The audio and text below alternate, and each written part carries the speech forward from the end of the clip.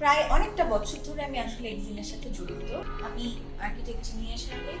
এখানে শুধু থিওরি না, থিওরির পাশাপাশি একটা বড় সুযোগ করা হয় যে ওরা সাথে সাথে ওই সাবজেক্টের সম্পর্কেই সাইট ভিজিটের মাধ্যমে জানতে পারে। হ্যাঁ, তো একটা জিনিসের প্র্যাকটিক্যাল এক্সপেরিয়েন্স থাকে, সুতরাং ওই বিষয়টা সম্পর্কে ইনডেপথে আসলে ওরা জানতে পারে এই কারিকুলামের মাধ্যমে।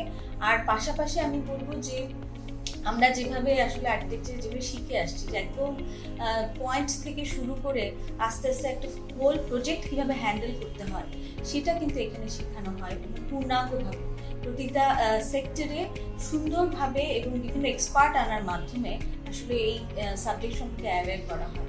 তো আমি বলবো যে এই প্রতিষ্ঠান আসলে আমি শুধু জড়িত ছিলাম সেজন্য না, বিভিন্ন আর্কিটেক্ট আসলে এটার সাথে যুক্ত হয়ে, কিন্তু একটা ব্যাপারে আমাদের সবার আসলে একই মত যে এটার কারিকুলামটা খুবই স্ট্রং এবং একজনকে পূর্ণাঙ্গ ইন্টেরিয়র ডিজাইনার হিসেবে তৈরি করার ক্ষেত্রে এই কারিকুলামটা খুবভাবে সাহায্য করবে। এবং আমি এতটা বছর একসাথে ছিলাম কারণ আসলে এক্সিনের প্রসপেক্ট ভালো বলেই বা এটার ফিউচারে অনেক কিছু এই ইনস্টিটিউট করতে পারবে বলে এটার সাথে জড়িত ছিলাম।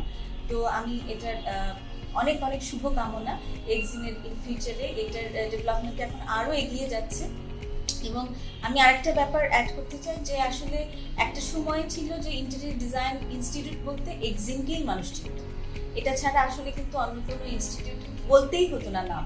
হ্যাঁ, ইন্টেরিয়র ডিজাইন ইনস্টিটিউট বললে সবাই বলতো যে আচ্ছা এক্সিনের ব্যাপারেই মনে হয় বলা হচ্ছে। তো আমি আসলে এই জিনিসটার এখনো চিন্তা করি যে আসলে ইন্টেরিয়র ডিজাইন ইনস্টিটিউট বলতে বাংলাদেশে একটা সময় এক্সিনই সব জায়গায় এগিয়ে।